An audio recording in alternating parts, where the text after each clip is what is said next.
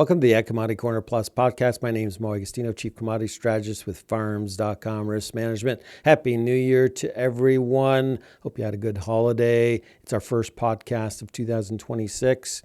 And we had the green on the screen to end this week. You can see the Dow went to new record highs. S&P, NASDAQ came short because of some rotation out of tech, but the AI trade is still alive and well, still into early innings. And then we also had silver trade to new record highs as the Venezuela attack from the U.S. caused the funds to flight to safety, both in gold and silver, but even the U.S. dollar rallied this week. So let's get into it. Our title this week is, will the USDA provide a gift to farmers? Maybe it's a late Christmas gift. We'll find out on Monday, but that's really the big story going into next week. And of course, the Venezuela attack from the U.S. was the big story this week. But here are the pre-report estimates for Monday's report. The yield's coming in at 184 for corn, for 2025 beans at 52.7, down slightly from 53. Ending stocks on wheat slightly lower. Here's my problem with this report. Two concerns. One is that if you remember, we had the longest U.S. government shutdown.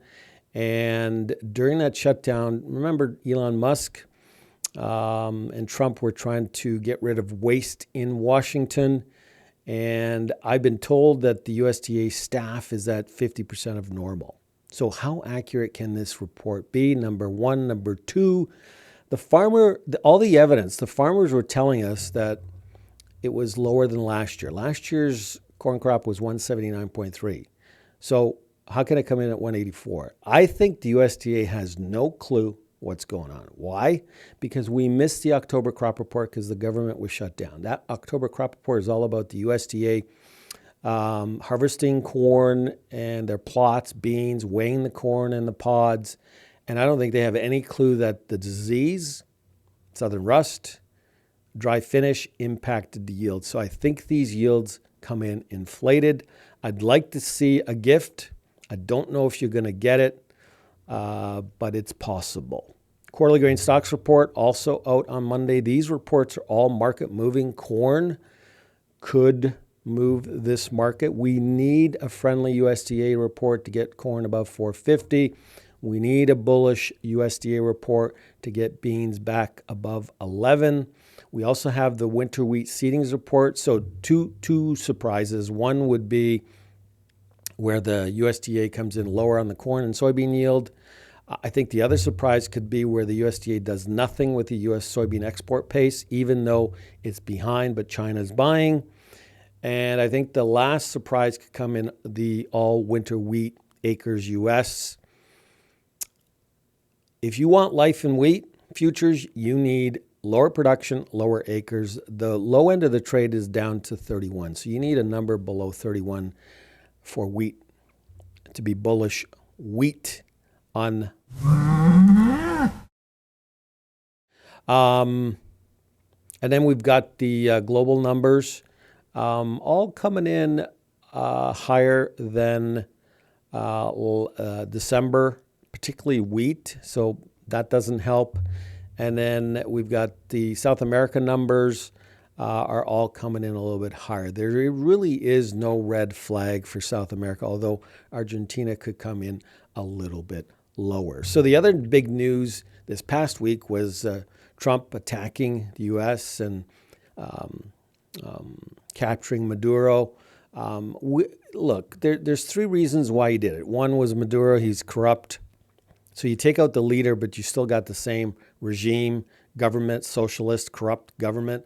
I think Trump's going to work with him over the next year. He's going to have to change regimes, bring in a democracy. You can see that Venezuela has a ton of reserves. So part of this was because of the oil. But, right now, net, this doesn't do anything to crude oil. They're with the sanctions, I think Trump's going to lift those sanctions on Venezuela crude. They're pumping about 1 million barrels per day. if he can get companies, and he was talking to big oil companies today in Washington to invest in Venezuela over time to fix that infrastructure after 25 years of corruption, I think you can get that 1 million barrel per day up to 2 to 3. So 2 years from now, this is long-term bearish crude oil. And you can see here that there are three leaders in the world, Trump, Putin, and Xi, that want to rule the world. Trump wants to rule the West, Xi the East, and Putin Eurasia. You could actually put Putin and Xi into one box and suggest that they want to rule the East. So this is crude oil. You can see my channel, my bear market, my downward sloping channel. Whether you like it or not, we're bouncing off of oversold conditions. I wouldn't be surprised if we test the 200-day moving average, which is this little line here, okay, this red line. But this is your downtrend. And I think we remain in that until we get past the winter glut of supply. But you can see here at the end that we're rallying a little bit, and that's your geopolitical risk premium that the market's added because of some tensions and conflicts in the Middle East with Iran and Iraq. There could be some disruptions in oil supplies. They're two big members of OPEC. So market's getting a little bit concerned there, but again, I think this is noise, so just ignore it. I still think we break below 55 over the next couple months. Don't forget, try our program.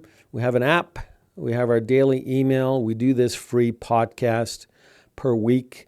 But this week we were doing the USDA pregame January crop report, looking at all the estimates, and we're telling our members on how to play this report going into Monday.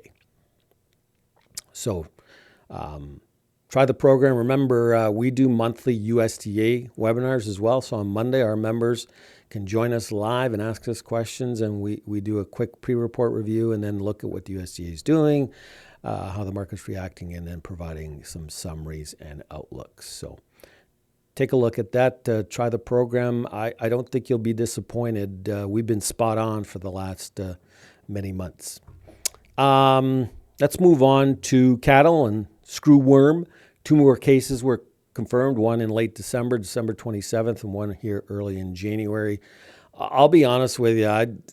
If this continues, I don't, the other day Mexico reported, or I think it was yesterday reported, that the number of cases are lower, but I think they're being under-reported. The chance of a border reopening with Mexico when Trump is talking about now attacking Mexico drug cartels with trade agreements looking to be renegotiated sometime in July, I don't know. I think it's only going to be price supportive to cattle, and the tightest numbers are yet to show up over the next 60 to 90 days. And this is live cattle. It's a breakout. We called this bottom on this the same for our members. We called this bottom on that same day, and we've recovered since, V-shaped bottom. And we still think cattle and should continue. I would not be surprised to see record highs. You can see on this chart that we could surpass these old record highs and go even higher. And feeder cattle, sort of the same thing. I would not be surprised to see 400 at some point this year in feeder. This is corn export sales, still the best in 10 years, record strong. In Monday's report, so a lot of the trade is suggesting that maybe feed and residuals too high. If the USDA does slash the corn yield, maybe ethanol is too high. You could slash feed and residual and ethanol down 200 million, but I could also argue that I could increase exports by 200 million. And so I think a slash in yield goes straight down to the bottom line ending stocks, and you're going to see something below 2 billion. I mean, It's early. It's only 4 months into the marketing year. This is the final number for last year, but I wouldn't be surprised if you see a 1.8. I wouldn't be surprised if corn, currently at 29% better than last year, continues this pace for the foreseeable future. Soybeans, on the other hand, remain the worst in the last 10 years. I thought maybe, and by the way, these reports are now, the USDA is caught up. I'm worried, though, that if we get another government shutdown at the end of January, that we're going to be back to square one, and that's a possibility. So, but the soybean pace remains below, the worst in 10 years. It hasn't. I thought maybe as we caught up with China buying upwards of that 10 million metric tons of their 12 million metric ton commitment, we'd finally move out of this worst case scenario, but that still has not happened. So it'll be interesting to see what happens on Monday with the USDA. And, if they do cut yield more than expected, I think they could drop exports by 15 to 25 million bushels, but it wouldn't be the end of the world. And canola is seeing some life. You can see the sort of the double bottom here on the chart, and approaching resistance again at 630. And this is a short covering rally from the funds are really short canola, but I think they're managing risk. They're short covering, positioning ahead of the USDA crop report on Monday, as well as a meeting with Carney in China next week between the 13th and 17th. There could be some good news that comes out of there, where the market's been thinking that maybe we could lift some tariffs off of that canola meal, oil, and seeds. So we'll have to wait and see. I think at some point we'll approach the 200-day moving average again, the mean. But I think the market and the funds have been too bearish on canola. So look for further upside correction in canola. Again, no red flags in South America. It looks record strong. And then I don't know if you guys caught this, but boy, did I miss this one. 123% for the Venezuela stock market since Maduro was captured. Amazing. But it's not quite as good as Warren Buffett. He retired last year. $1 invested in 1964 would be worth $4 million. The S&P 500 has done quite well over that same period, but Warren Buffett's performance is a wow. Unbelievable, crazy, up 5 million%. So guys, if you're in farming and you love what you do, don't forget to invest in the stock market. Try to keep ahead of inflation. You've done well with the land values, but you've struggled with these prices in the commodity markets. So don't be afraid to add and use the stock market over a long period of time to create some wealth. Finally, in the CFTC report, this is again updated. Sorry, the title should read January 6th. I do have it down here, but the title is wrong, so I apologize for that. But you can see the corn funds are short slightly. The funds really reduced their long positions in beans from 180,000 as of 12/30/25 to 57,000. But I think the worst is behind us. I think most of the selling is behind us. Over the last week, I'm assuming that they were actually buying some contracts. So in real time, they're probably long, 70 to 80,000. And then, of course, what happens on Monday will dictate whether they add to those positions. You can see the funds are still really short wheat. We need some life in wheat. We need some lower production, lower acres on Monday. You can see why canola is bouncing, because the funds are really, I believe that's a record short position in canola. I'd have to go back and look.